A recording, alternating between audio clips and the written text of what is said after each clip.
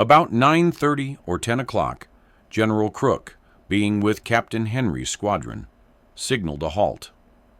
Van Vliet's squadron was in the rear of Henry, and Chambers' battalion was in the rear of Van Vliet, and the Packers were in the rear of Chambers. My squadron of 4 troops of the 3rd was in the advance on the right bank, followed by Captain Noyes, with 5 companies of the 5th. Everything was quiet. The day was beautiful, clear, calm, and very warm. All had unbridled, and were grazing for perhaps half to 3/4 of an hour, when my colored servant observed he heard shouting, and knowing that his ears were better than mine, I advanced up the hill, until I got to a high piece of ground. When looking north, I saw on the crest of the horizon, about 2 miles distant, great numbers of moving objects, looking somewhat like distant crows, silhouetted on the clear sky above the horizon. I soon came to the conclusion that they were Indians in great numbers. The friendly Indians were supposed to be in advance to find the enemy for us. General Crook and the troops on the left bank of the river were prevented from seeing anything to the north by the rising bluffs between them and the approaching Indians. I am satisfied that I was the first person to observe the coming hostiles. They were, when I first saw them, from 2 to 3 miles distant, coming at full speed towards us and cheering. I immediately sounded the alarm, directing some of my squadron to mount, and calling out to General Crook, who was playing cards with some of his officers, that the Sioux were rapidly approaching. He ordered me to report to him with my squadron at once. When I met him after crossing the stream, which was very boggy, I told him we were about to be attacked by a large force, and that the Indians were coming from due north. He told me to march rapidly, and as soon as I got to higher ground, to take the bluffs and hold them. I did so. What orders he gave to others I have never known. There are members of the 3rd Cavalry here, and they would probably correct me if I made mistakes. In all of this fight, I do not remember to have received a single order except from General Crook personally, or his adjutant, Major Nickerson. I marched as rapidly as I could through the rough and broken rocks, and as soon as I got on smoother ground, gave the command front into line, and sounded the charge. There were 2 prominent rocky ridges, the first about a half-mile from where I met General Crook, and the second probably about a half-mile further on. When I reached the first ridge, the leading Indians were there but gave way. There were large boulders at its foot, some large enough to cover the sets of 4 horses. I dismounted and directed the horse holders to protect them behind these rocks, advancing the men to the top of the ridge, where the boulders were smaller, but of a size to protect 1 or 2 soldiers, and appeared to be just what we wanted to fight behind. We met the Indians at the foot of this ridge, and charged right in and through them, driving them back to the top of the ridge. These Indians were most hideous, everyone being painted in most hideous colors and designs, stark naked, except their moccasins, breech clouts, and headgear, the latter consisting of feathers and horns. Some of the horses being also painted, and the Indians proved, then and there, that they were the best cavalry soldiers on earth. In charging up towards us, they exposed little of their person, hanging on with 1 arm around the neck and 1 leg over the horse, firing and lancing from underneath the horses' necks, so that there was no part of the Indian at which to aim. Their shouting and personal appearance was so hideous that it terrified the horses more than our men and rendered them almost uncontrollable before we dismounted and placed them behind the rocks. The Indians came not in a line, but in flocks or herds, like buffalo. And they piled upon us until I think there must have been 1,000 or 1,500 in our immediate front. But they refused fight when they found us secured behind the rocks, and bore off to our left. I then charged the second ridge, and took it in the same manner, and fortified myself with the horses protected behind the larger boulders and the men behind the smaller ones.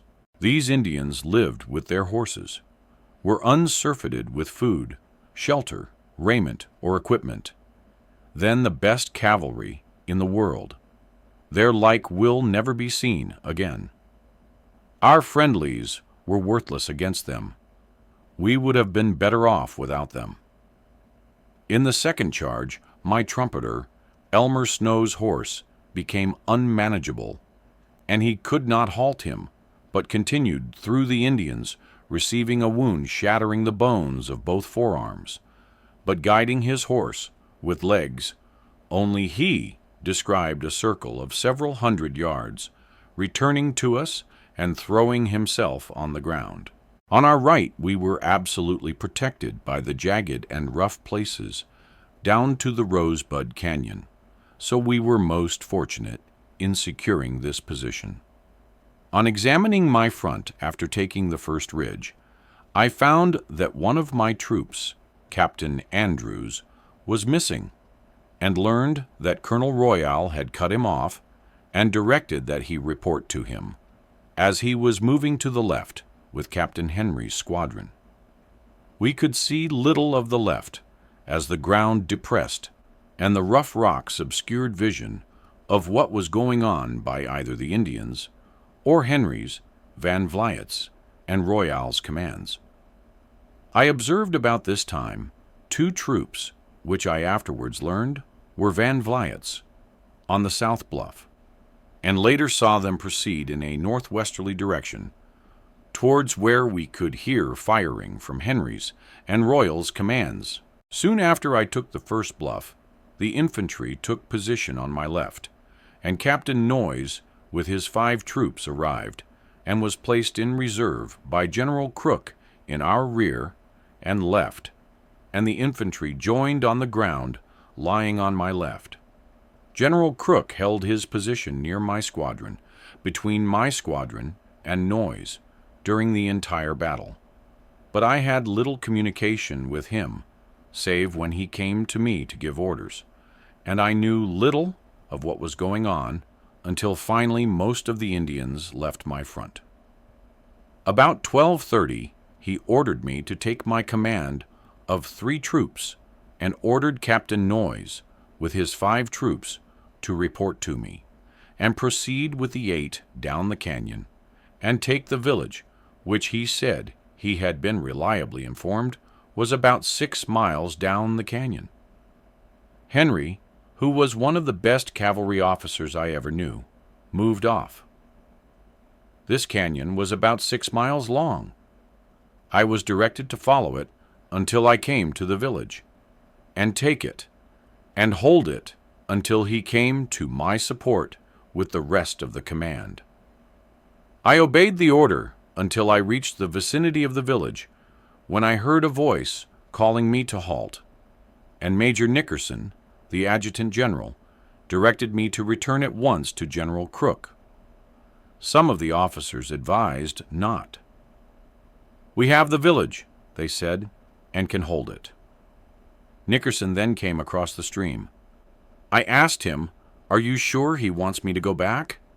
He replied, he was. The canyon had opened here, so I found I could climb the rocks and get out. I returned about 2:30 and found General Crook in about the same position I had left him, and said, "General, why did you recall me?" I had the village, and could have held it. I never saw a man more dejected. He replied, "Well, Colonel, I found it a more serious engagement than I thought. We have lost about 50 killed and wounded, and the doctors refused to remain with the wounded unless I left the infantry and one of the squadrons with them." He said, I knew I could not keep my promise to support you with the remainder of the force. The general had assembled the hospital around him and the infantry, also 2 battalions near him. In visiting my wounded Captain Henry, heard my voice and called me. I did not know until then that he had been wounded, and going to him found his breast all covered with clotted blood, his eyes swollen, so he could not see, and a ghastly wound through both cheeks under the eyes. I said, "Henry, are you badly wounded?" And he replied, "The doctors have just told me that I must die, but I will not." And he did not, although 9 out of 10 under such circumstances would have died.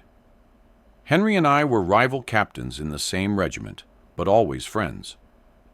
Though the 3rd Cavalry had less than 1/2 of the soldiers engaged, their loss in killed and wounded was about 4/5, principally of Henry's and Van Vliet's squadrons, and Andrew's company of mine, that of Vroom's company being the greatest in proportion. This owing to their isolated exposure on level ground where the Indians could pass through them. The officers then mingled and talked over the fight. I learned that Royal with Henry's and Van Vliet's squadrons and my Troop E had gone to the extreme left where the ground was open, and that when the 1,000 or 1,500 Indians had refused to fight in the rocks, they had swung around and overwhelmed them, charging bodily and rapidly through the soldiers, knocking them from their horses with lances and knives, dismounting and killing them, cutting the arms of several off at the elbows in the midst of the fight, and carrying them away. They then swung around and passed over the halting ground we had made at 9:30 in the morning, capturing some horses and killing an Indian boy left there. We then all realized for the first time that while we were lucky not to have been entirely vanquished, we had been most humiliatingly defeated, and that the village which Custer was to meet only 7 days later, 14 miles west on the Little Big Horn, contained probably 15,000 or 20,000 souls, perhaps 4,000 or 5,000 warriors, and that perhaps only half of them had met us in battle, and that had my command remained at the village, not one of us would have returned.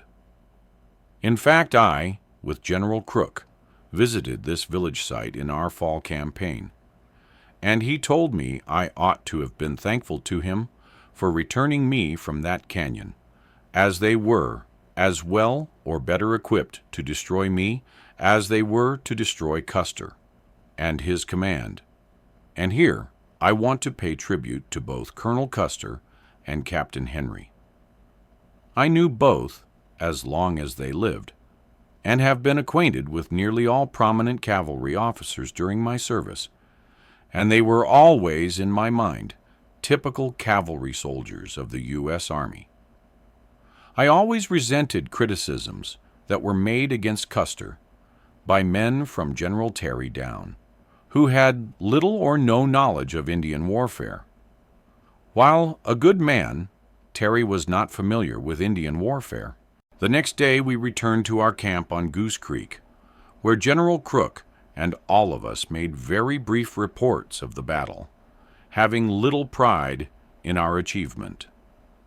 General Crook asked for reinforcements and went into camp awaiting them. Meanwhile, we amused ourselves by hunting and fishing in the Big Horn Mountains.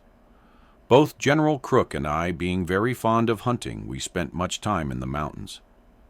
And some 2 days later, after the Custer engagement, I and my Lieutenant Schwatka went to the peak of the Big Horn Mountains, the northernmost point, thinking we might observe something in that direction, it being about 35 or 40 miles to the Rosebud. About 2 p.m., we observed a great smoke and realized that there had been a fight. Returning to camp in the night, we reported to General Crook.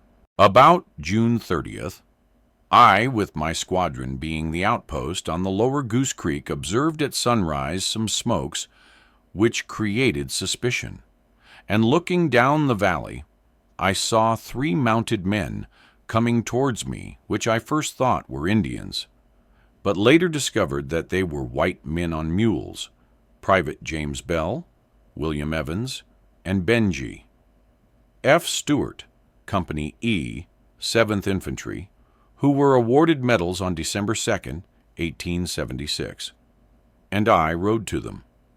They handed me a dispatch from General Terry to General Crook, stating that Custer and his command had been massacred, and that they had been sent by General Terry to carry his message to General Crook. Crook was in the mountains hunting. I carried the dispatch to Colonel Royal, commanding the camp, who opened it and read the dispatch, which horrified the assembled officers.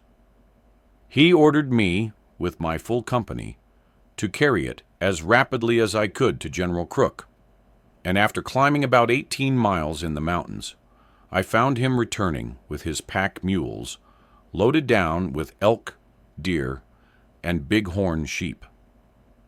He read the dispatch, and while all of us were horrified and suppressed with mortification and sympathy for the dead and wounded, there was withal, particularly in General Crook's expression, a feeling that the country would realize that there were others who had underrated the valor and numbers of the Sioux. While General Crook was a cold, gray-eyed, and somewhat cold-blooded warrior, treating his men perhaps too practically in wartime, there yet ran through us a feeling of profound sympathy for his great misfortune, while at the same time we had a still more profound sympathy for the other gallant, more sympathetic Custer, at least most of us. There were some there, I regret to say, who had ranked him and over whom he was promoted. That would insinuate, "I told you so." And for these sentiments the majority of us had no respect. Finally, we were joined by General Merritt and the entire 5th Cavalry, and the fall campaign ensued. After its termination, I was returned to the command of Camp Sheridan, my former post, and was directed by General Crook to enter into communication with Chief Touch the Clouds of the Minneconjous, whose tribe still remained hostile, and I proposed to approach him through Spotted Tail and try to induce him to surrender. He approved, and I fitted up Spotted Tail with about 30 of his friendly Indians, rations, and pack mules, and he proceeded to the camp of Touch the Clouds, and after some protracted negotiations, induced him to return and surrender at a given time, about 30 days in advance, stipulating, however, that he was to be received with honors when he joined Spotted Tail's band. This reception, according to Indian tradition, consisted of the following program.